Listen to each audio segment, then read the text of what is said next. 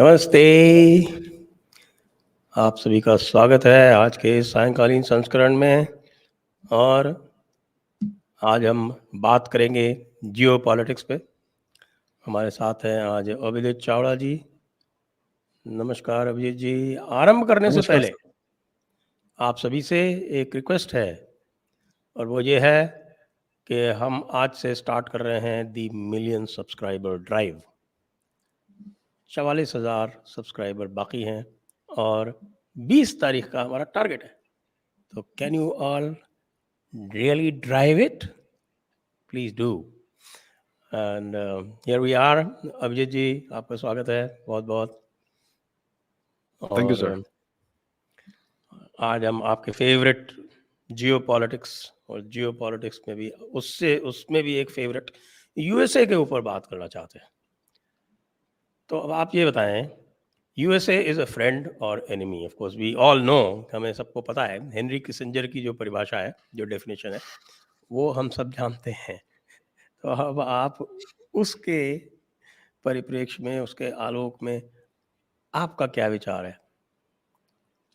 जी sir, ये बहुत बड़ा, बहुत ही इम्पोर्टेंट प्रश्न है कि क्या यूएस सबका मित्र है या सबका शत्रु है। और यूएस कहता है कि we believe in freedom, we believe in democracy, we believe in human rights, और वो इन चीज़ों का हर जगह प्रचार करते हैं और बहुत दशकों से इस इन इन चीज़ों का प्रचार करते आए हैं। तो उनका एक्चुअल ट्रैक रिकॉर्ड क्या है, वो देखकर हमें समझेगा कि ये सबके मित्र है या सबके शत्रु है। तो सेकेंड वर्ल्ड वॉर के पश्चात यूएस और यूके ने मिलकर एक षड्यंत्र रचा था, जिसे वो कहते हैं the Atlantic charter. Atlantic charter I am sure history books में कहीं ना कहीं मिलेगा। I don't know Indian education system में मिलता है या नहीं, लेकिन आफ्टर 1947, आफ्टर 1945 इन्होंने ये बनाया था। उसमें 8 क्लॉजेस थे। अब मैं सारे क्लॉजेस में नहीं जाऊंगा, लेकिन it is essentially about putting forth the western world view. और उन्होंने कहा कि we will preach and we will prioritize democracy, self determination, free trade, a world free of fear, freedom of the seas, or democracy, human rights, self determination, trade barriers lowering, ये सब चीजें, these things they spoke about. So और 1944 में क्या हुआ था कि the US dollar was adopted as the global reserve currency. So this was a takeover, this was a transfer of power from London to Washington essentially. उसके बाद इन दोनों देशों ने मिलकर अटलांटिक चार्टर बनाया. So that was all about extending their hegemony and sustaining their hegemony over the entire world. क्योंकि second world war में जितने भी उनके बड़े शत्रु थे सब हार गए थे. रशिया को ये आइसोलेट करने लगे थे, यूएसएसआर को. So that was the beginning of the cold war. उनको यूएसएसआर को एनसर्कल कर दिया था. And then they started ensuring कि हर जगह उनके जो फेवरेट लोग हैं वो पावर में रहे. तो इंडिया में तो हो गया 1947 में. It was a transfer of power from one set of crooks to another set of crooks. बाद में इन्होंने अफ्रीका में हर जगह अपने पपेट्स बिठा दिए as dictators, but they keep on talking about human rights and democracy. और जहां भी कोई ऐसा राष्ट्र था जहां पर एक्चुअल सेल्फ डिटर्मिनेशन का कुछ प्रयास हो रहा था, वहां पर वो रेजिम चेंज करते थे. फॉर एग्जांपल अफ्रीका में बहुत सारे ऐसे एग्जांपल्स है. थॉमस संकारा है, और बहुत और भी कुछ दो तीन लोग थे जिन who actually wanted freedom and self determination for their people. उनको खत्म करवा दिया गया. सो अफ्रीका में क्या था, see Africa was colonised for long time in the 18th century. उसके बाद अब ये ह्यूमन राइट्स और फ्रीडम की बात आ गई. So Africa was supposed to be free. But Africa में कैसा, ये लोग क्या करते हैं, फॉर एग्जांपल ये कहते हैं कि we want the good good future for Africa. Africa में ये लोग क्या करते हैं कि they force the African nations. Africa की सॉइल बहुत फर्टाइल है. It's a very fertile soil, बहुत रिसोर्स रिच नेशन है, एनॉर्मस कॉन्टिनेंट. तो ये लोग क्या करते हैं, they install a dictator in a nation in Africa. First of all सारे नेशन जो अफ्रीका में है, अगर आप मैप देखेंगे, मानचित्र देखेंगे, सब स्ट्रेट लाइंस वाले नेशन है. उनके सारे बॉर्डर स्ट्रेट लाइंस वाले हैं. Because the European overlords were so lazy, they did not want to do detailed map drawing. So straight lines बना दिए, बस ऐसा ऐसा ऐसा ऐसा. सो बिकॉज ऑफ दैट क्या होता है कि अलग अलग एथनिक ग्रुप्स है वो आर्टिफिशियली एक ही देश में आ गए. This caused lots of civil wars. Then they will force the dictator, they will install a dictator who will be favourable to the waste.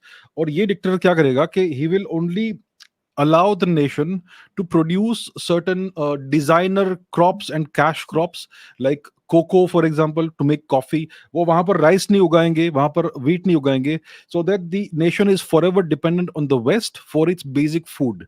And then if the dictator doesn't agree with some policy, then the West can starve that nation. ऐसा कितनी बार होता है Africa में, famines होता है, starvation होता है. So this is the kind of human rights and democracy they believe in. They will prop up dictators who will be totally authoritarian, no human rights there, no democracy there, लेकिन ये प्रचार करेगी human rights और democracy का. अब middle east को देखिए, अब यूएस का इन्फ्लुएंस कम हो रहा है मिडिल ईस्ट में, and the middle east is finally stabilising after decades. Saudi Arabia और ईरान साथ में आ गए, right? They are now on excellent terms. This is nothing but it's not a coincidence कि यूएस का इन्फ्लुएंस कम हो रहा है और मिडिल ईस्ट स्टेबलाइज हो रहा है. Look at the US influence in east Asia. Human rights और डेमोक्रेसी की बात करते हैं, I don't think anybody remembers कि 1950s में इंडोनेशिया में क्या हुआ. सुकर्नो सुहार्तो का जो ट्रांसफर ऑफ पावर हुआ था, it was a regime change operation mediated by the US. It was जब भी ये लोग regime change करते हैं, they couch that also in the terms of human rights and democracy. So जो इंडोनेशिया में horrible regime change हुआ, which cost more than 1 million lives, that was portrayed as a struggle against communism. So जो भी हमारे दुश्मन है उनको हम कम्युनिस्ट बोलेंगे, right? जो भी हमारे साथ कोऑपरेट नहीं करते उन्हें हम कम्युनिस्ट बोलेंगे, and then we will prop up a different brutal person, dictator, and call that person the epitome of democracy. So Indonesia में यूएस ने रेजिम चेंज करवाया 1950s या 60s में, आई थिंक 50s में या फिर 60s में, in which there was a brutal civil war, a horrific oppression of people. At least 1 million people were killed. आज कोई इसके बारे में बात नहीं करता है. तो जहां पर भी यूएस ह्यूमन राइट्स और डेमोक्रेसी भेजता है, वहां पर डिजास्टर होता है उस देश के लिए, उन लोगों के लिए, and it's always it always causes the end of self determination, the end of human rights, the end of democracy. और when it comes to the Indian subcontinent, हमारा जो रीजन है, वहां पर आप देखिए, the US has consistently supported Pakistan over India. अब भाई, India is a true democracy. अगर आप यूएस को देखेंगे, द यूएस क्या है, उनका सिस्टम कैसा है? उनका सिस्टम है two party state. It's a two party state. वहां पर टेक्निकली और भी पॉलिटिकल पार्टीज है, लेकिन ओवरऑल 2 मेजर पॉलिटिकल पार्टीज है. अगर आपको, if you really want to matter political in the US, you have to either be in the Democratic party और the Republican party. So it is a two party system which is just one step above a one party system like China और North Korea.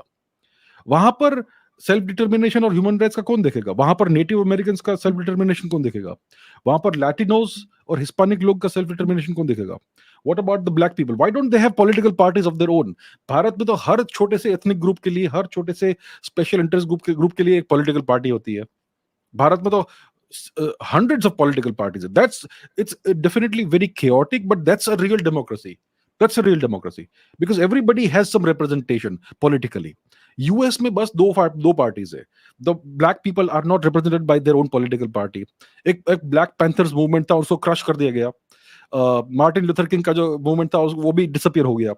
Then the Native Americans don't have any political voice or representation. They are not second class but third class citizens in the US. So the US is a two party state. It's a fake democracy. और recently हमने क्या देखा? Recently अभी ये जो Ukraine का जो conflict चल रहा है, तो जो बाइडेन का जो एडमिनिस्ट्रेशन है, which is the democratically elected administration and government of the US, they wanted to send a dossier of alleged Russian human rights abuses to the International Criminal Court in The Hague. ठीक है, ये इस डोसिए को भेजना चाहते थे वहां पर. तो क्या हुआ? The Pentagon blocked this move. The Pentagon is the unelected deep state, the defense establishment. They blocked the White House, which is the elected, democratically elected government of the US and the president of the US, which means that the Pentagon is more powerful than the president. The deep state, the unelected deep state, has the real power. They can block anything the president wants to do. So this tells you a very important thing.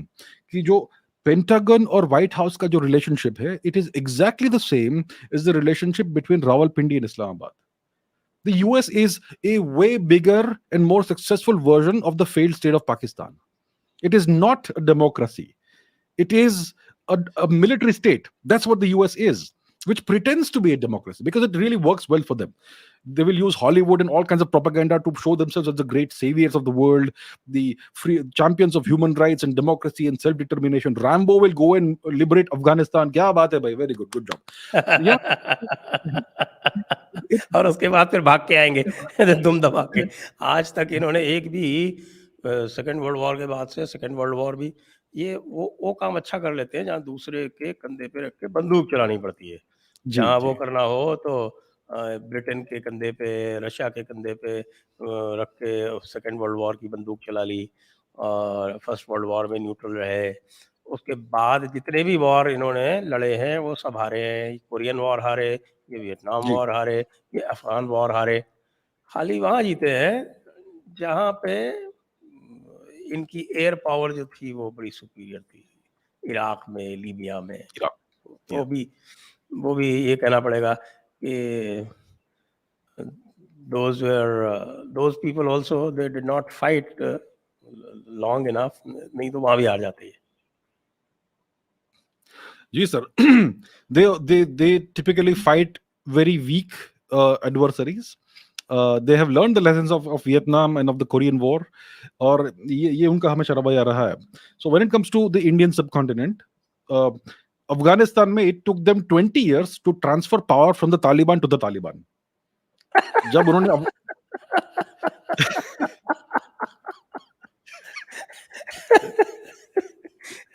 That is the biggest joke that they could ever do. तो हमारे subcontinent में उनका ये track record है कि उन्होंने जब अफगानिस्तान को इन्वेड किया था 20 वर्ष पहले, तब तालिबान को उन्होंने उससे लड़ाई की, और then they handed over power back to the Taliban in 20 years. In between there was some fake governments in power, puppet governments, that is there. And when it comes to Pakistan, Pakistan or US blood brothers hai. I mean, almost like blood brothers, because it's the same system. Rawalpindi, Islamabad, Pentagon, White House, same system hai. So they understand each other very well. And the Americans, the Pakistanis have always been a non-democratic country. I mean, it's never been a democracy. It's always been run by dictators. हमेशा ऐसा रहा है Pakistan. And Bharat हमेशा एक proper democracy रहा है, even though it's a flawed democracy and a very chaotic democracy. Bharat एक democracy है. So the US should actually have supported India, no? Because they believe in democracy and freedom and human rights and all that. But they have consistently supported Pakistan for decades. और बहुत दशकों तक US ने Pakistani terrorism को fund किया और finance किया. And Pakistani terrorism against India.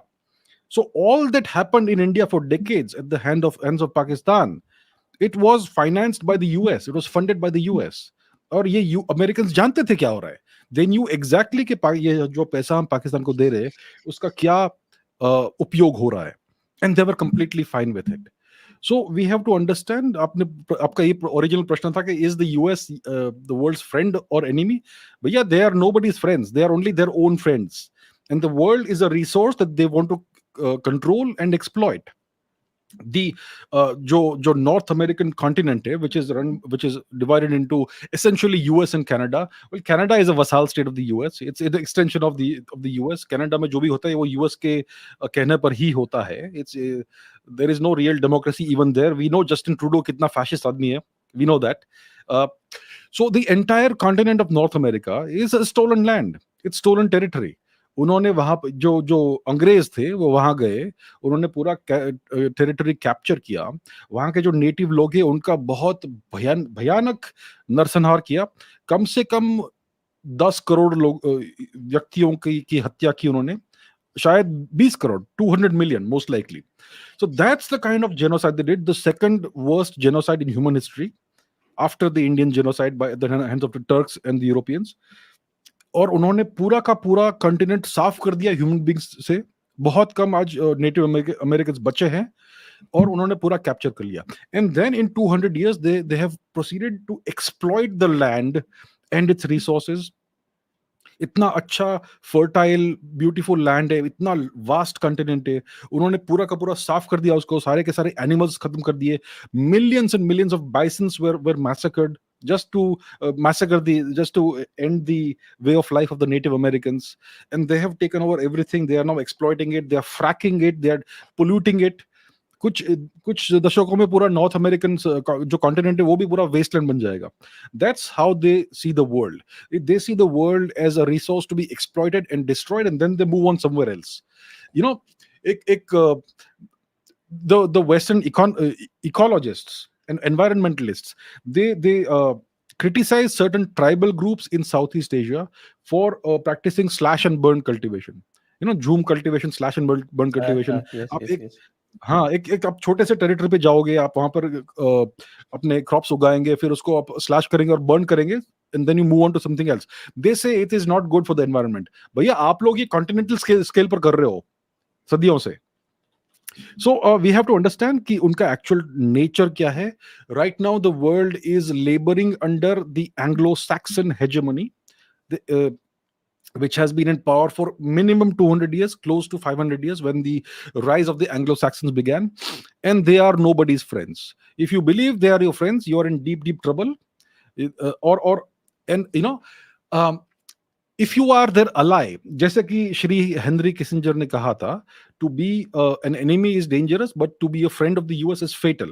So अगर आप उनके friend, अगर आप उनके ally हो, अगर आप उनके वसाल हो, तो they will expect a few things from you. First of all, they will expect that you will destroy your own culture, and you will transpose their culture into your country. For example, they will expect कि आपका जो पूरा जो अगर आपका एक native culture है, अगर आपका native civilization है, it should be destroyed. It should be destroyed, and you should convert your people to their religion. And they are trying to do that in India right now, and it's the pace of that is ramping up. Yeah. uh, and compare that with the Russian attitude.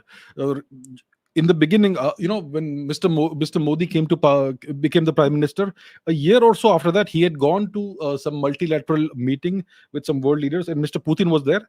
And Mr. Putin was very candid in saying that the Indians have their own very ancient culture and civilization, which is way too complicated for us to understand. So their way of thinking is different. So Mr. Putin was very comfortable with the fact that India is a very ancient culture, and it's a very different culture. It's a Hindu civilization. उनको उससे इस बात से कोई objection नहीं है.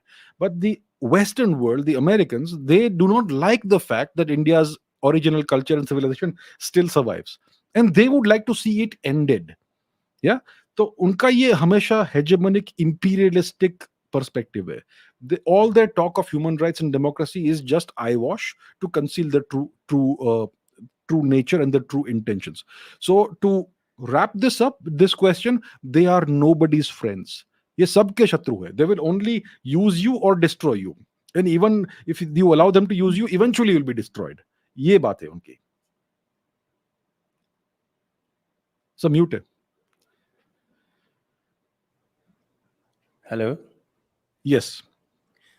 अभी जो चल रहा है इनका सिस्टम, जो कि हम देख रहे हैं कि पूरा जो वर्ल्ड ऑर्डर है वो एक तरह से उसमें अपहीवल है, उलट पलट है, और ऐसा लग रहा है कि वर्ल्ड ऑर्डर में चेंज होगा.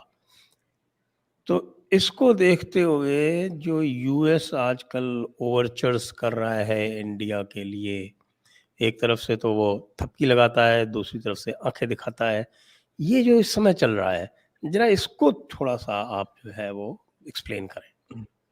जी. तो इस समय सिचुएशन ये है कि इंडिया इज राइजिंग इकोनॉमिकली. भारत हमेशा बहुत छोटा इकोनॉमी रहा है for the past 70 years, because the Indian leadership never had any ambitions for India. मुझे याद है more than a decade ago Shri Manmohan Singh ji कहते थे कि we have no aspirations of becoming a great power. We are happy कि हम कहां पर है. Wherever we are happy with that. तो हमेशा इंडियन लीडरशिप का ये पोजीशन था. But now after mister Modi has come to power, we are seeing a very radical departure from the norm, and India is now rising very rapidly. So next 20-30 years में the only economy that has zero chance of recession is the India, and the Indian economy is going to keep on rising. आज हमारा size क्या है? About $3.5 trillion. By 2030 we'll be the third largest economy in the entire world. Nobody can stop that unless there is a catastrophic war, जो नहीं होगा. So India is rising, and US का क्या है कि they want a solution to the Chinese problem in Asia, in what they call the Asia Pacific or Indo-Pacific region. China इस समय the only nation जो US के लिए एक threat बन सकता है, वो आज चाइना है. They are no longer really worried about China because China में demographic disaster हो गया है. Their demography is essentially ruined. By 2100 China का पॉपुलेशन आज से आधा हो जाएगा और पॉपुलेशन का एवरेज एज 60s या 70s में होगा. That is the kind of disaster China is staring at and they can do nothing about it. अगर आज वो 5 चाइल्ड पॉलिसी भी इंप्लीमेंट करेंगे तो भी it's too late. So the US is definitely concerned about China for the next 20-30 years, and they वो चाहते हैं कि इंडो पैसिफिक रीजन में और एसेंशियली एशिया में चाइना को कोई बड़ा राष्ट्र काउंटर बैलेंस करे. So for that they can only seek out India because Russia is not going to cooperate with the US. Why should they? तो यूएस का ये उनका ये डिजायर है कि भारत को यूज करके वो चाइना को काउंटर बैलेंस करे एंड आइडियली भारत और चाइना में युद्ध हो जाए ताकि दोनों जो थ्रेट्स है वो खत्म हो जाए. Because India is a long term threat, because India is going to rise. China is going to decline slowly over the next 30 years, but India is going to rise. And by 2050, India will definitely, most likely, be the second largest economy in the world. एक बार Bharat $10 trillion का GDP cross करता है, then India will be a major military power also. तो Bharat US के लिए long term threat है, लेकिन short term में यूएस भारत को यूज करना चाहता है against China. And ideal situation ये है कि India and China go to war and destroy each other. So the world is only then US versus Russia, and the Americans can encircle Russia and eventually, starve it or whatever. तो इसलिए US इस समय भारत को ये भारत के साथ ये cooperation की बात कर रहा है कि we should cooperate. And India is also very very smart. We will give issue based cooperation to everybody. We are no longer non aligned or in one camp or the other. We are multi aligned. अब हम multipolarity के दौर में हैं. We will align ourselves with everybody and whoever can offer us something of mutual benefit. So we can certainly give issue based cooperation to the US when it comes to strategic matters. We can give blanket cooperation to the US when it comes to technological and economic matters. Agar technology transfer ka koi opportunity hai which will be mutually beneficial, then we can do that. So India is cooperating with a host of nations, but India is doing it in such a way कि हम अपने राष्ट्रीय हित को prioritise कर रहे हैं. तो यूएस के साथ भी हम अगर कोऑपरेट करते हैं, so it is only going to further our national interest. And the Americans have kind of understood this, which is what they don't like. वो चाहते हैं कि we give them blanket cooperation. इसलिए वो उनका that's why उनका Dzire ये है कि 2024 में कोई दूसरा वीक गवर्नमेंट आ जाए पावर में, which they can completely control बाहर से. So that is the desire. And paradoxically ये हो गया है कि आज चाइना ये चाहेगा कि 2024 में सेम गवर्नमेंट आए भारत में वापस, because India is standing up to the US. And it is something that the Chinese really, it will be actually good for China if India stands up to the US now. क्योंकि अगर भारत एक US proxy बन जाता है, it is a disaster for China. But if India remains independent, then India and China can actually work together to perhaps solve the border issue, and then we can have a fruitful partnership. तो ये paradoxical situation है आज कि China wants mister Modi to continue but the US doesn't want mister Modi to continue. इसके लिए उन्होंने ये जो वो अजीब आदमी क्या है उसका नाम गारसेट्टी, जिसके पास कोई डिप्लोमेटिक एक्सपीरियंस नहीं है, उसको भेजा है as governor as ambassador to India. I mean, a guy with absolutely no diplomatic experience, a guy who has not held high political office, a guy who has presided over the destruction of the city of which he was the mayor over a decade. That guy with that sort of horrible track record and even worse things behind him, usko bheja hai as the ambassador to India. So unka if they are asking us to cooperate on various things, we have to be careful.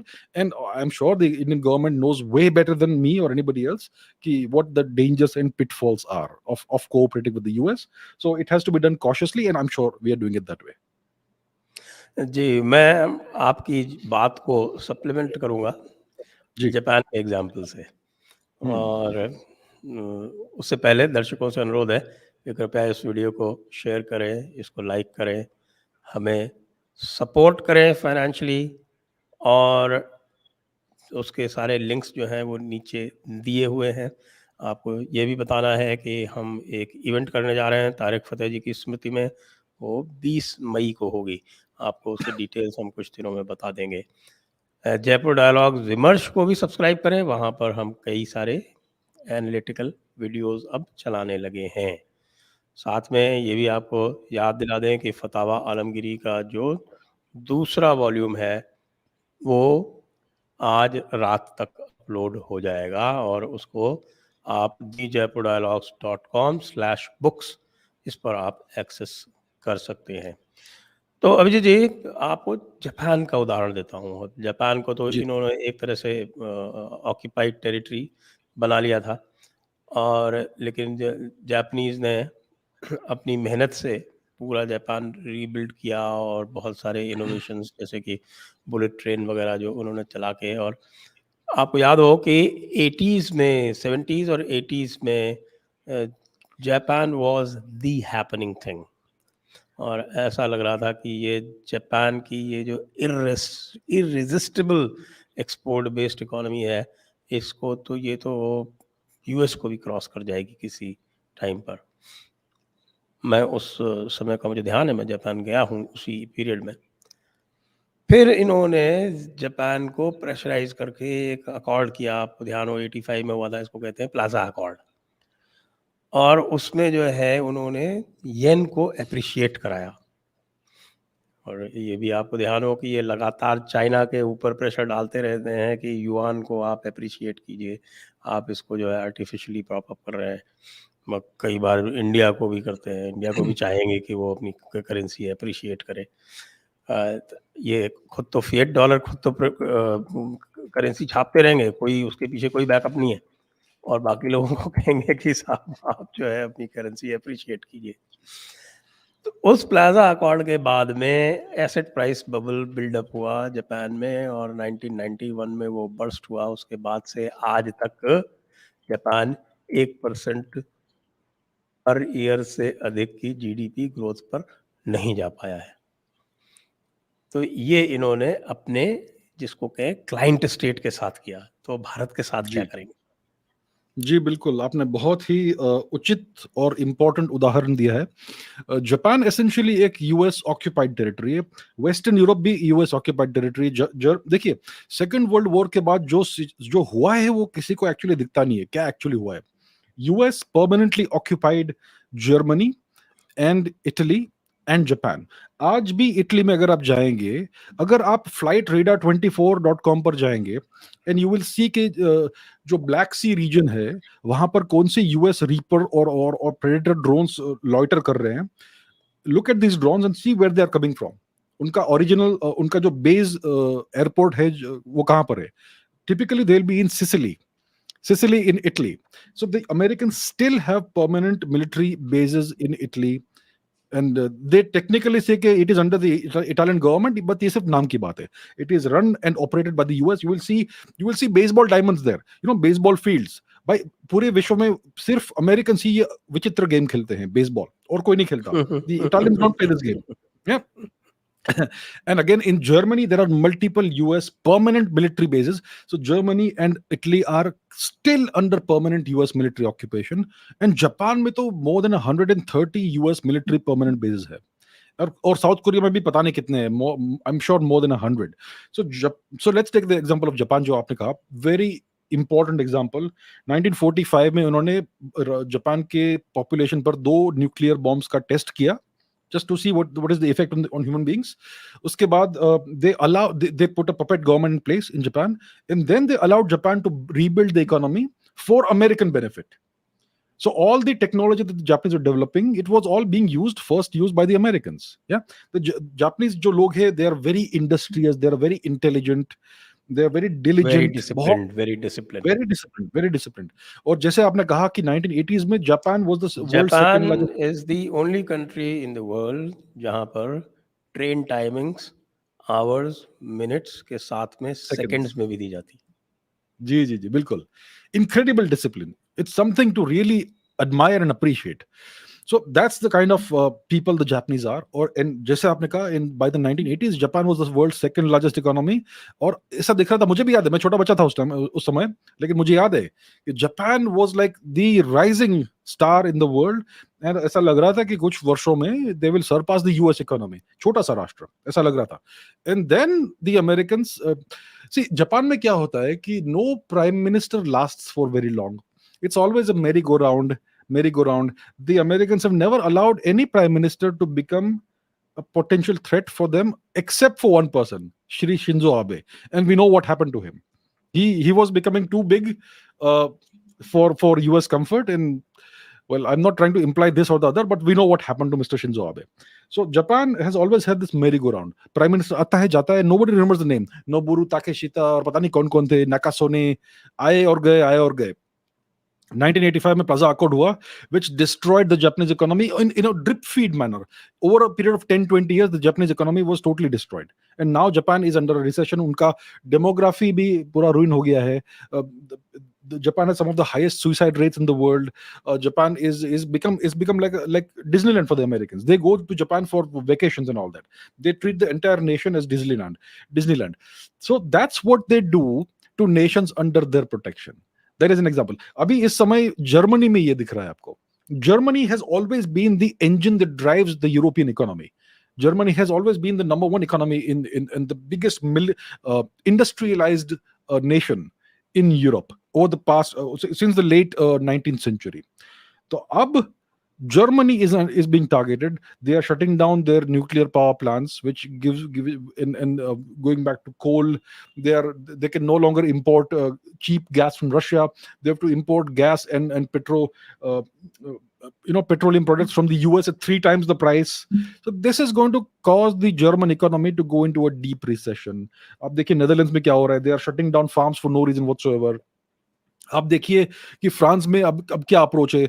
Even though France is a part of NATO, even though France is an ally of the US de facto ally, या अब Mister Macron क्या कह रहे हैं? He goes to Beijing and he says that Europe needs to dissociate itself from the US, distance itself from the US. We are no longer going to be vassals. He used the word vassal, तो ये situation है. The whole world is now understanding, and France has always had a quasi independent foreign policy. और आपको ये दिखेगा because they have their own nuclear submarines which are independent of the US, and their nuclear warheads are on their own nuclear missiles. अगर आप UK की बात देखेंगे, the UK also technically has nuclear weapons, but the warheads are placed on American missiles.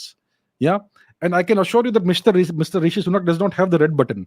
He does not have it. It's somebody in the US who has the red button of the nuclear missiles that the UK government has. So France is the only nation with a quasi-independent foreign policy. In the 1960s, they had actually pulled out of the core grouping of NATO. Not fully out of NATO, but core grouping of NATO, they pulled out. And so France also wants to dissociate itself from the Americans. Even though Monsieur Macron, the president of France, is a left-leaning person, and he also talks about democracy and human rights. And the French also actually actively colonized West Africa. तो so Japan का example बहुत ही important example है. It is a nation under permanent US occupation, और America ने उसकी क्या हालत की है इतने महान, इतने बढ़िया नेशन की, वो हमें आज दिखता है. A nation with such hard working, industrious and disciplined people, it has been essentially ruined now. And in the long term उनका डेमोग्राफी और भी बुरा होने वाला है, बिकॉज उनका बर्थ रेट उनका TFR, total fertility rate, around 1.2 के आसपास है, which is just slightly above China. So Japan is going to get older and older, the population, and the population is going to shrink, which is not good for the long term of any nation. So ये situation है. So that's what they do to the nations that are under the protection, and nations that are very strongly allied with them or even occupied by them. So दूसरे राष्ट्रों का क्या करेंगे, वो सोचिए. वो देख रहे हैं ना यूरोप का क्या कर रहे हैं. वो यूक्रेन वॉर में कैसे उनको घसीट रखा है, और वो केवल जो है वो अमेरिकन मिलिट्री इस्टेब्लिशमेंट का इंटरेस्ट सर्व करने के लिए वो यूक्रेन वॉर चला रहे हैं. उनको कोई मतलब नहीं है कि यूक्रेन बिल्कुल ख़त्म हो जाएगा. वो उसको कोई एग्जिट ही नहीं देना चाहते, और उनके पास एक वो पप्पू मिल गया है जेलेंस्की जैसा, जो उसको अपने देश की कोई परवाह नहीं है, बस उसको जो है वो चलाए जा रहे हैं, और पूरे यूरोप को उसमें खींच लिया है. पूरे यूरोप में भयंकर रिसेशन है. लोग जो हैं वहाँ की इंडस्ट्री जो है वो 50% कैपेसिटी पे भी नहीं चल रही है. इन्फ्लेशन जो है is going out of the roof absolutely. हालात बिल्कुल ख़राब हैं उनके. तो इसीलिए मैक्रोन जो है वो तड़प रहा है. तो वन कैन अंडरस्टैंड. तो बिल्कुल आपने सही कहा. और आइए अब हम दर्शकों के कुछ प्रश्न ले लेते हैं. उससे पहले दर्शकों को एक बार फिर से मैं याद दिलाना चाहूँगा कि हम इस समय कर रहे हैं और आपसे अनुरोध कर रहे हैं, हमने आरंभ की है the million subscriber drive. So please join this drive स्वयं यदि आपने सब्सक्राइब नहीं किया है तो तुरंत करें, साथ में जितने और लोगों को करवा सकते हैं वो कराएं. 1 subscriber, please encourage 5 more to subscribe. In 15 days we want to reach a million. 44,000 15 दिन ज़्यादा नहीं है, करते हैं. और आइए अब हम ले लेते हैं दर्शकों के प्रश्न. आज बहुत प्रश्न आए हैं, अभिजीत जी को देख के बहुत सारे प्रश्न आ जाते हैं इसलिए हम अब आरंभ कर देते हैं प्रश्न लेना. सायक B, millions of white collar IT jobs in India depend on US clients. Can we even afford to antagonize the US? बाप बड़ा ना भैया, सबसे बड़ा रुपया. अब तो डी-डॉलराइजेशन का ज़माना है और आप जानते हैं कि आईटी इंडस्ट्री तो धीरे धीरे धीरे धीरे जैसे जैसे डॉलर की वैल्यू गिरेगी वैसे वैसे उनको वैसे भी समस्या आएगी. So they need to diversify. जी अभिजीत जी. जी बिल्कुल, आई एग्री विथ यू कि we have to now come out of this services mindset. We have grown to a certain extent using the services model, but services में क्या होता है, we are always dependent on the client.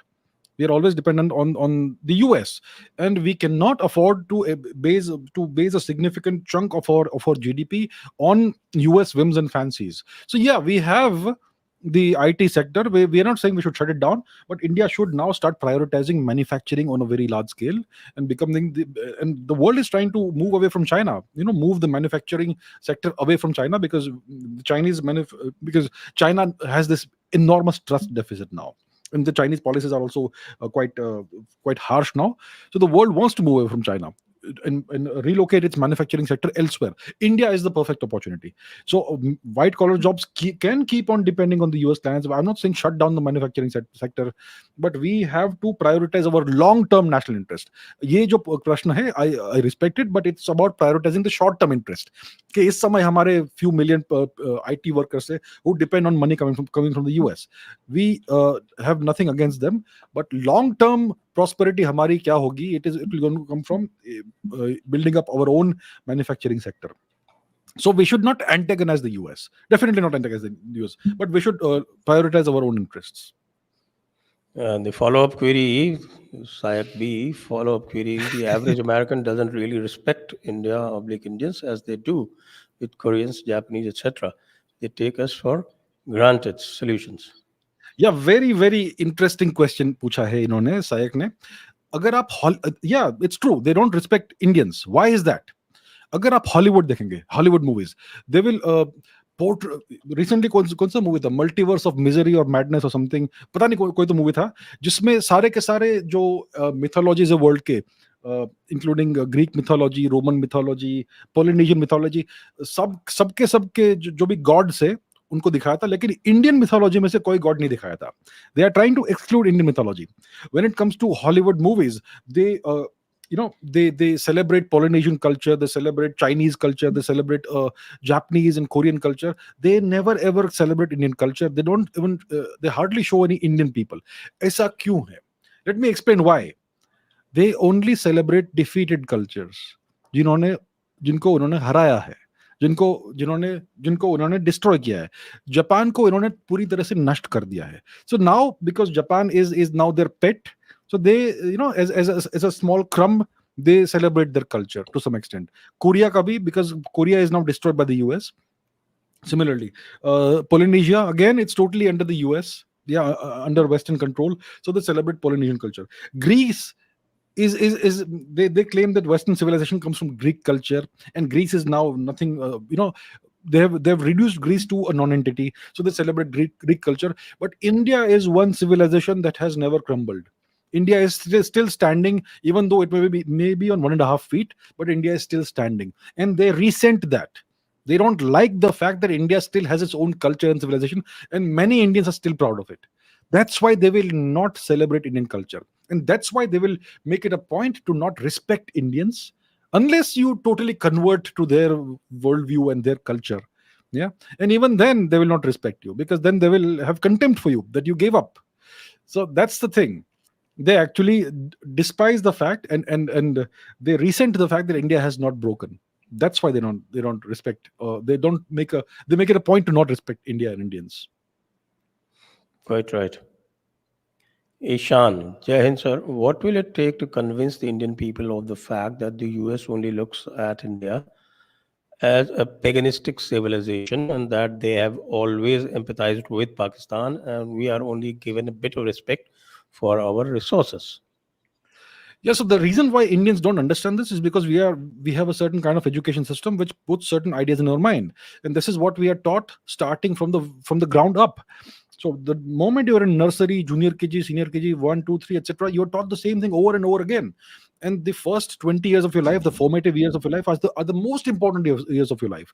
And whatever you learn and imbibe in that time, you cherish it very strongly. You have a very strong emotional attachment to it. And afterwards, when you are given new thoughts and new ideas, you react emotionally to that. Then why are you telling us something that goes against what I've learned for 20 years? So that's why Indians, because of the education system, they are mentally brainwashed, that they are mentally colonized. So it's very hard to convince such people. But what I would say is that India needs to start growing economically. With that, some pride will at least come in, because that we are economically strong and all that. And hopefully over time, if we can change the education system or make the current education system more and more irrelevant, then people will start understanding more. So it's going to take some time. Right. Next one. Dalaluddin Halala, Jai Hind, Sanjay ji and Abhijit ji, Jai Hind. Jai Hind. हलाला साहब, किसका हलाला कर रहे हैं आजकल आप? Vikas Sharma, is there a possibility of disintegration of USA in 100, 200 years as happened with the USSR when its power declined? 100, 200 years may be too long. Historically, civilizations, or rather empires, not civilization. The US is not a civilization. The US is an empire, like the Roman Empire. Rome was also not a civilization. It was just an empire. So Rome took several hundred years to disintegrate. But today we have technology. Technology is an accelerant of any geopolitical process. So today, the kind of disintegration that Rome experienced in over 3 centuries would typically happen in 20, 30 years. So there's a possibility of the US disintegrating, the US empire disintegrating, not the nation, but the empire disintegrating in maybe 20, 30 years, not 200 years. It's going to be much more rapid than that, if other nations get their act together. And if the empire disintegrates, then the remaining landmass won't matter so much. Yes. The US landmass proper can exist, but the empire should disintegrate. Indeed, their hegemony. Yeah. Ishan, why are our nation's citizens so blind towards the blatantly obvious Bollywood-Hollywood connection? Look at how Bollywood imitates the state propaganda and wokeness model that Hollywood pumps out at its own population. Yeah, indeed. I mean, it's very curious to see how rapidly Bollywood has started adopting the Hollywood propaganda. That is very clear that there's a very deep connection between the two. So Bollywood, we know. I mean, I think that lots of people are oblivious and blind to this, especially the very young people. The teenagers and all, who still want to go and watch a masala movie and whatever comes at them. But I think more and more people are now becoming aware of the fact that Bollywood is pure propaganda, and there's the significant and rising tide of distaste when it comes to Bollywood. And people are now gravitating towards southern movies, etc. So I think this movement is going to pick up pace. I don't think everybody is blind. When you are a teenager, you are clueless. Even when you are in your 20s, you're essentially clueless. So the younger population, which actually is the future, it needs to be made aware of this more and more. But I think the tide is rising, and more people are now becoming aware of what Bollywood is up to. Actually, quite right. Actually, the boycott Bollywood movement has been enormously successful. अभी सलमान खान पिट गया, देखिए वापस। हाँ, देखिए। और वो शाहरुख खान का सारा का सारा जो कहते हैं कि साहब वो पठान सुपर हिट थी, वो सिर्फ प्योर एंड प्योर प्रोपेगेंडा है, जिसके लिए 500 करोड़ खर्च किए हैं धर्मा प्रोडक्शंस ने। Ishaan, the way Trump said they are coming for you, I was just in their way. The same applies to Modi ji. Modi ji and BJP saved the people of India. If there was another party in power, the communists and West-funded Khalistani would have had their way.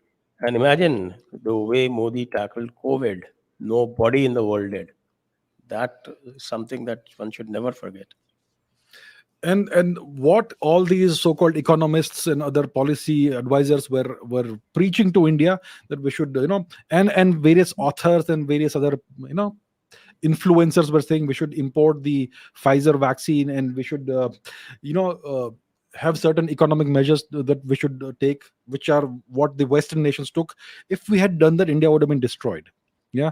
It is to Mr. Modi's credit that he did not do that. He must have faced incredible pressure in opposition, and still he stood firm.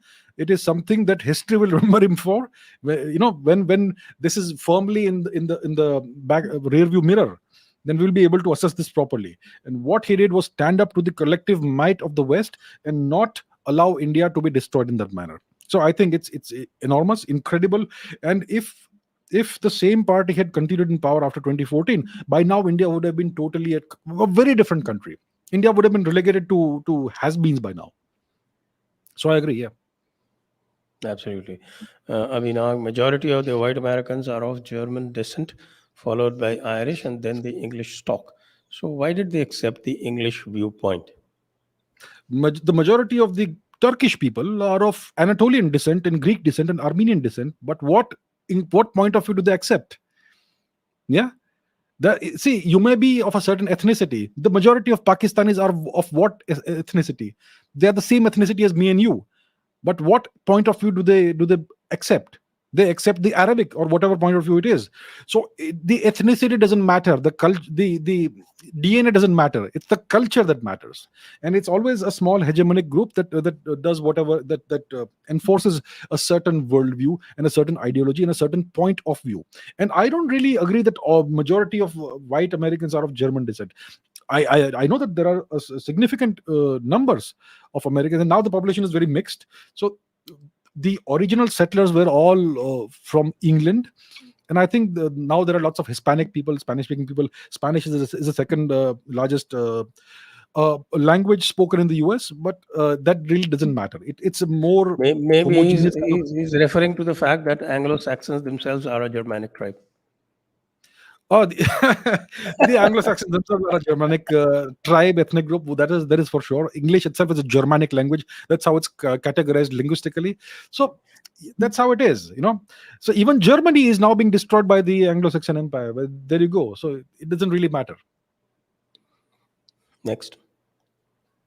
PayTM Abhijit sir, I believe there are some invisible babus, Fed, Pentagon, etc. Fed is fine, but the main, I think, according to my understanding, is Pentagon, CIA, and the FBI, who play both sides. Famous example is they let Mr. Hitler attack Russia first. When they saw him losing, they joined hand with Russia to defeat him. You always join wars in the end. Your thoughts? I think it's a very smart thing to do. Fund both sides of a war, make money from the thing. I mean, the US military industrial complex always wins, no matter who wins or loses a war, because they can fund both sides. You can fund one side, you can fund the other side. When it comes to Hitler, he actually initially and originally wanted an alliance with the British, because he saw the British and the Germans as there was a kinship, which is true. So that's how it is. But overall, it's all about money. The British or the English are a nation of bookkeepers and shopkeepers, which means they are a mercantile people. They only care about money. So even when they fund wars, it's all about enriching themselves. So that's how it is. The Americans sometimes join war, sometimes they do it by proxy, like what's happening in Ukraine. They're using Ukraine as cannon fodder to weaken Russia, to try and weaken Russia. So that's how it is. It's all about preserving your control over the world, extending your control and hegemony, and making as much money as possible in one way or the other, which is essentially an accumulation of the resources and its value from across the world. Right. Next one. Naman. AC, sir, please explain Land Lease Act during World War II. Was it really helpful for USSR against the Nazi Germany? Yeah, so this was about well, it's a complex topic, but it's about helping the USSR financially while the USSR was fighting Hitler. So the Americans wanted Hitler to be defeated because Hitler was a very major threat to their hegemony, and Hitler made the mistake of fighting too many people, opening too many fronts at the same time. And then he had launched this Operation Barbarossa, which was about taking over the USSR. They had reached the outskirts of Moscow, but that's where eventually they were defeated. So it was about sustaining the war, the USSR's war effort against Germany, and the Americans helped them out because they wanted the Germans to be defeated. But you have to remember that the moment the Germans were defeated, the Cold War started, because that's the moment they turned against the USSR. So they helped the USSR. So that's what I mean. They will finance both sides of a conflict. They will typically want to stay out of a conflict and have others fight their wars. Eventually, when the Germans were started losing, the Americans came into the fray, and then today Hollywood says that the Americans have won World War II. It's actually the Russians that did the majority of the fighting, the bleeding, Exactly. and the dying, and the winning. The Russians were the one who defeated the Germans. Indeed, These indeed, people yes, were just opportunists. indeed, opportunists. Yeah. Ishan, India was known as Sone ki Chidiya. Now it is becoming Sone ka Sher. India simply cannot be messed with the way it was in the old days. Indeed, absolutely. I think we have to agree with this. Yes, we have to ensure that we don't become complacent. We are still in a very early days. We have to rise way beyond what we are right now. So it's about not being complacent and working very hard, all of us together in the same direction, and we'll Okay, become number one again. next. Chinmay Datar. AC's views on the idea of liberal hegemony, as Professor John Mearsheimer puts it, will rising nationalism throughout the world lead to its downfall? So the liberal hegemony is precisely what we are talking about: the espousing of these ideals of democracy and human rights and free trade and freedom of the seas and all these things, which is the liberal worldview, that we want the world to be a better place, and the right ideology is our ideology. And if you are not with us, then you are not liberal. You are evil, and we will destroy you. So that's the liberal hegemony. It's essentially nothing but um, taking the moral high ground while capturing and controlling the whole world. So it's about having an imperialistic policy, being an empire, but talking about human rights and democracy. So that's essentially the liberal hegemony that John Mearsheimer speaks about. And you know when it comes to Ukraine, they will support nationalism. When it comes to the European Union and NATO, they will be against nationalism. That nationalism is bad because it gives rise to fascism and Nazi ideology and all that. But when it comes to Ukraine, they'll support it. So it's about, they don't care actually. They just want to win. They don't want to support nationalism in the EU because they want the EU to be one homogeneous entity that they can control and exploit. So when it comes to Western Europe, the true power in Western Europe is not France or Germany, it's the US. So that's why they discourage nationalism in the EU bloc and in the NATO bloc. But now we are seeing the rise of nationalism. We are seeing the rise again of the civilization state. Russia, India, and China are three civilization states that are rising again. India still needs to have learn the proper civilizational mindset. We still have this very nation state mindset because of the education system, but it will happen. So this rise of the civilization state model again is going to eventually lead to the downfall of the so-called liberal hegemony, which is the Anglo-Saxon empire that has ruled the world for several centuries. And technology is going to accelerate the process. Okay, next one. Question to Abhijit ji. Who is the most powerful person in the USA? Is it Soros, BlackRock's Larry Fink, JP Morgan, Goldman Sachs Group, Rothschilds? Who? See, I don't really know who the most powerful person is, but I can tell you who is not the most powerful person in the US. And That's the most powerful person in the US Joe is not the US Biden. president. Whoever is the US president, Joe Biden is Joe Biden is probably the most managed president in the US history. totally micromanaged. I mean, where to sit, what to say, sit in your chair, stand up when this happens. He's given instructions like that. So Joe Biden is probably the weakest and most, like Sanjay said, most managed president in US history. But even in the past, the last US president that tried to matter was John F. Kennedy. He tried to change certain things, and well, we know what happened to him. So it's never the US president who is the most powerful man in the US, person in the US.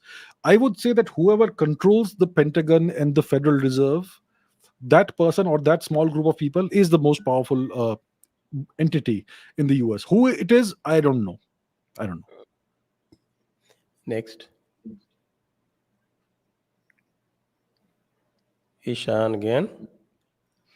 Do people realize that Soros is just an expendable front man? He is just a tool of his globalist masters, the real string pullers behind the scenes.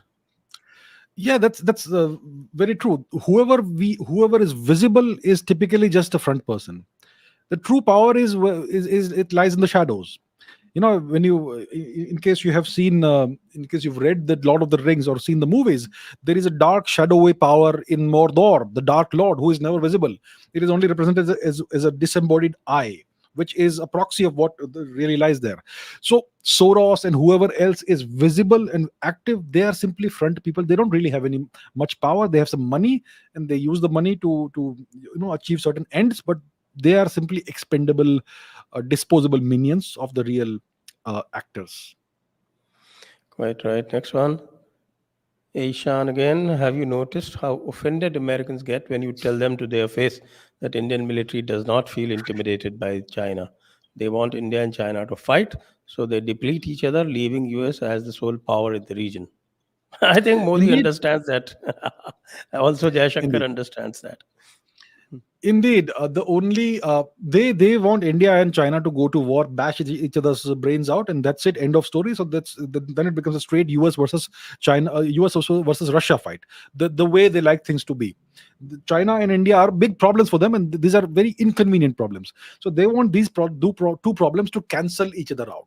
So the great American dream is that India and China go to war, ideally a nuclear war, and both nations destroy each other. What Mr. Xi Jinping has to understand, that the only way forward is for Russia and India and China, three of us to come together. Only then can you counterbalance the old hegemon. So it's for these three nations to sit down together. I am sure something or the other is maybe going on. Uh, so I totally agree with what Ishan is saying over here. Okay, next, Sriharsha Abhijit ji, please resume your Sunday podcast. Thank you, sir. It will come back. Don't worry. Thank you. Mehul Shah, China and Russia are cloning Western ideology in different ways. In the event of a conflict involving China, if Russia stays neutral, don't you think India will be forced to side with the West? Yes, so like I was saying, India, Russia, China need to find a way of coming together and cooperating without, intruding on each other's regions of influence. I'm sure it's possible. So China and Russia are cloning Western ideology. So when it comes to communism, uh, the USSR was a communist superpower, and communism is something that came from the West. It's an extension of the Abrahamic worldview and ideology. That's what communism is. It's the fourth Abrahamic ideology after the first three. Judaism, Christianity, Islam. The fourth one is communism or Marxism. So Russia was strongly influenced by that for a very long time, the USSR. Now Russia is more of an Orthodox Christian nation, and I think 20 or 30% of the population is Islamic.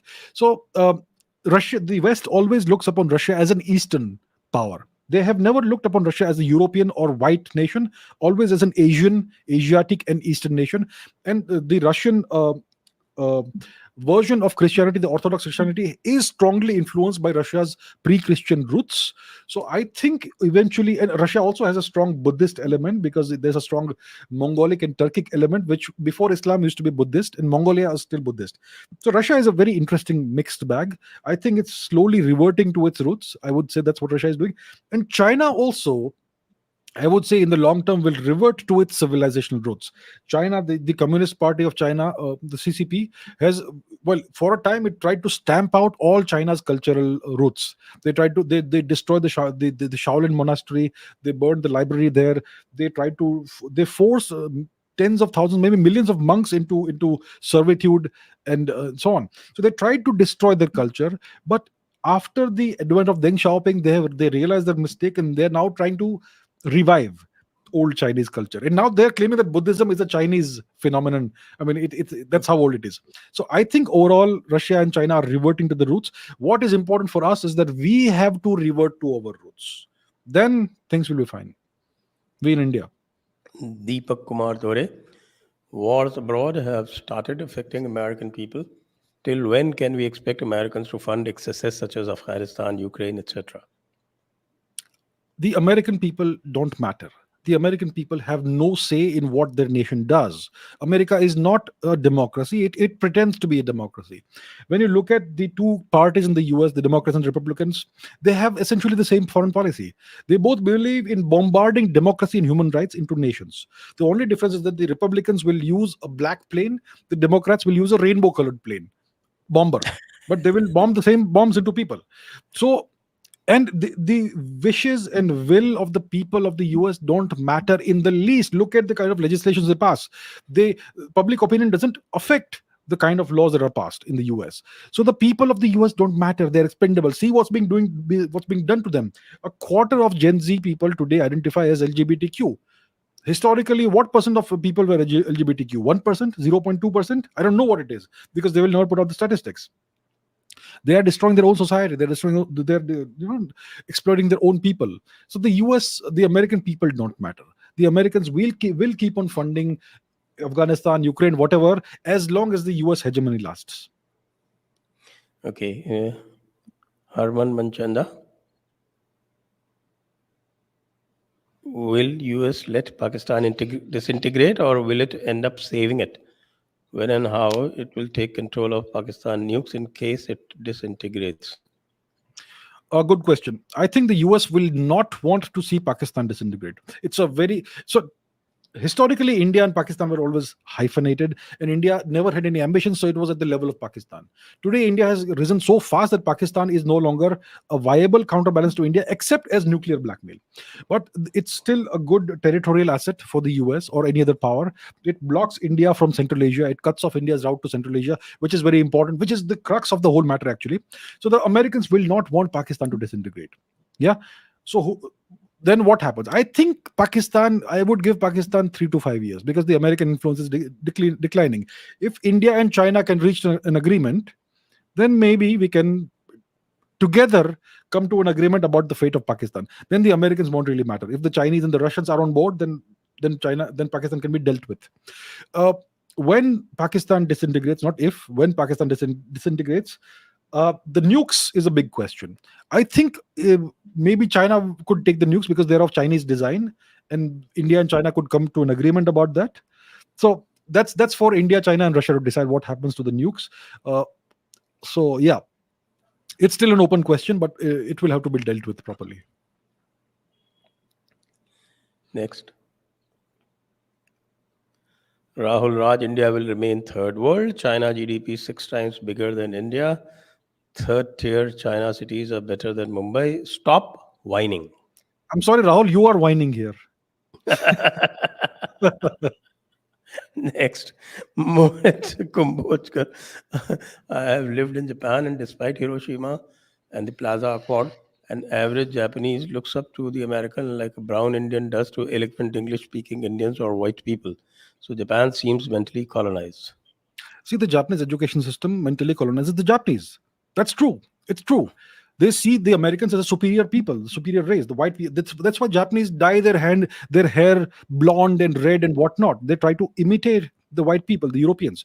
It is very deeply unfortunate that the Japanese people are in such a position today, mentally colonized. Most of them have this pacifistic mindset that we don't want to have an army, an armed force of our own. The Americans are enough to protect us, that sort of thing. It's because of the education system and the political system and the media, which keeps on projecting these narratives. That's why the people of Japan are mentally colonized. There is a small section of the Japanese population that does seek a revival of Japan, but the majority of the people are mentally colonized and brainwashed because of the education system. That's how powerful the education system is as a tool to control the minds and thoughts of people. Next, Akshay Patil. Shekhar Gupta debunked the concept of BRICS currency, highlighting, among many other points, growing Indo-China trade deficit and how no nation within BRICS wants to use any one's currency as foreign reserve. Is BRICS currency a YouTube influencer churn? I think you didn't read today's Economic Times. Now the latest is that there is a global call to make the Indian currency as the reserve currency because people do not trust China. So Yes. isn't that even better? Yes. See, China has an enormous trust deficit because of their actions over the past 2-3 decades. and their historical record also, though, since the end of the Second World War. When it comes to Russia, also there is a significant trust deficit in the Western world. India is more of a non-controversial choice. So what India has to do is work really hard over the next decade, rise to a $10 trillion economic status, and then once you are at that stage, your currency really matters. And as the US dollar declines, see, there was a time when 1 rupee was $1. Today it's $1 is 80 rupees. When the US dollar declines, India's GDP will automatically rise because of the exchange rate. So I think India would be a long-term, non-controversial, and very viable candidate for offering the world a proper reserve currency as the Indian rupee. Historically, the Indian rupee was the world's reserve currency. Even in the 1950s and 1960s, there were the crucial states, crucial, not crucial, crucial states in the Gulf region that used the Indian rupee as their currency. The nations of the Gulf. So India historically had this position. Actually, for thousands of years, we had this position. I think it's but natural that eventually the Indian rupee will emerge again. When it comes to a BRICS currency, if all the nations can come to a consensus, we could float a BRICS currency, which would be based on a basket of various commodities such as oil and gold and cobalt and whatnot. But overall, I think we should push for the Indian rupee long term over the next decade or so as replacing the dollar as the global currency. Next, Diwakar Pandey. US politics is different. Many US people feel that Indians are coming and taking their job. Other than that, they don't show any racism, unlike UK or the EU. Yeah, overall, the US is a less racist society towards Indians than the EU or the UK. That's for sure. You go to Europe, you will see a very different attitude towards Indians than what you see in the US. Overall, the US doesn't treat Indians that bad, but yeah, they have the attitude that their jobs are going to Indians and offshoring and all that stuff. Well, that's just how it is. The US politics is very different. Of course, it's very different from European politics. It's actually all for show. Actually, there's a different power center somewhere else. So yeah, I agree overall that it's different, and their attitude towards Indians is very different from that of the Europeans. Next, Mehul. West supported Pakistan against Hindus. Can we say that West wants to destroy every productive civilization to remain top of the hierarchy? Yes, in one word, yes. Ayush Sharma. Does US also back Khalistan movement like Pakistan?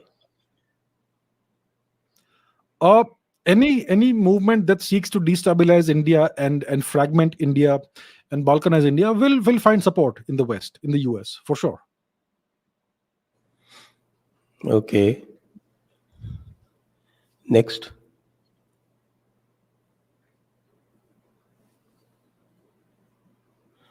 Gyan. NRIs get a lot of flack for leaving. If we leave positions we are in, it will be taken by the Chinese or Pakistanis, etc., who will push all in agenda in full force and also take the outsourced jobs. Your thoughts? I don't see why NRIs are given flack for leaving India. I think everybody, especially young people, should go and travel the world, live in different parts of the world, gain knowledge, gain experience, become prosperous, gain money, and then at a certain stage in life, maybe in your 30s, maybe in your 40s, whenever you feel that you are financially secure and you've learned enough, you can come back to India and contribute to India. So I have absolutely no issue with people leaving India in search of opportunities which currently may not be there in India. Go work somewhere else, acquire money, their money. Eventually, you can come back to India and contribute when you feel the time is right. I have absolutely nothing with that. Okay, next. Ayush Sharma. Does US also back Khalistan movement like Pakistan? Yeah, any movement, any separatist movement in India, any movement that seeks to destabilize and fragment India will certainly find support in the US. Next.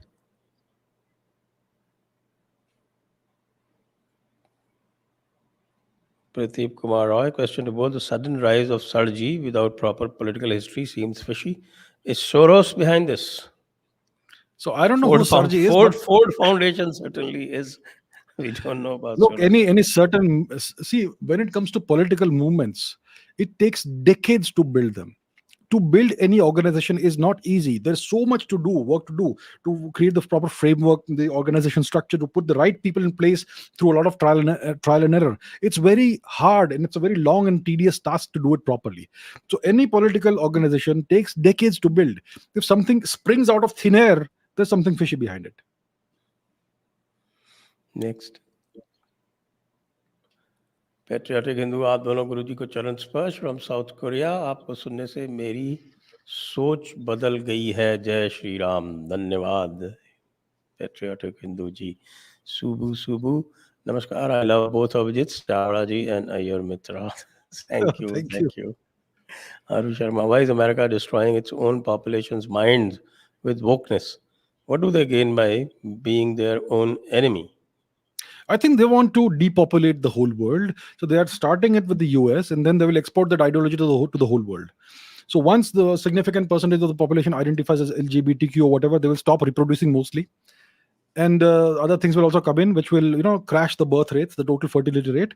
And when you have a lower population, I think that's what one of the big long-term agendas, to bring the world's population below 1 billion or something. So maybe that's part of the thing, Okay. Krishna Sundar, impact of Mex cartel CCP ties on global security. I'm not very clear what Mex cartel is. Yeah, even I'm not sure what he's talking about. Bharadwaja, how do you solve internal problems like white topi? So I don't know what white topi is, but there are many internal problems in India for sure. What you do is you rise economically, and as you rise economically, you are less prone to outside pressures. The stronger you are economically, the stronger you are militarily, and then you will be able to withstand external pressures more and more, eventually take care of the problems in India within your country. So economic rise is a must. Okay, I think that was the last question. So we come to the end of the program. Once again, आप सभी को याद दिलाऊं, the million subscriber drive. We have to push for it. और आप हमें support करें। नीचे आपको लिंक दिए हुए हैं, इस पर पत्रम पुष्पम के साथ आप हमें अनुग्रहित करते रहें। आप सभी लोगों को बहुत बहुत धन्यवाद। अभिजीत जी को बहुत बहुत धन्यवाद। जय Hind, Vande Mataram. Jai Hind, Vande Mataram. Thank you very much.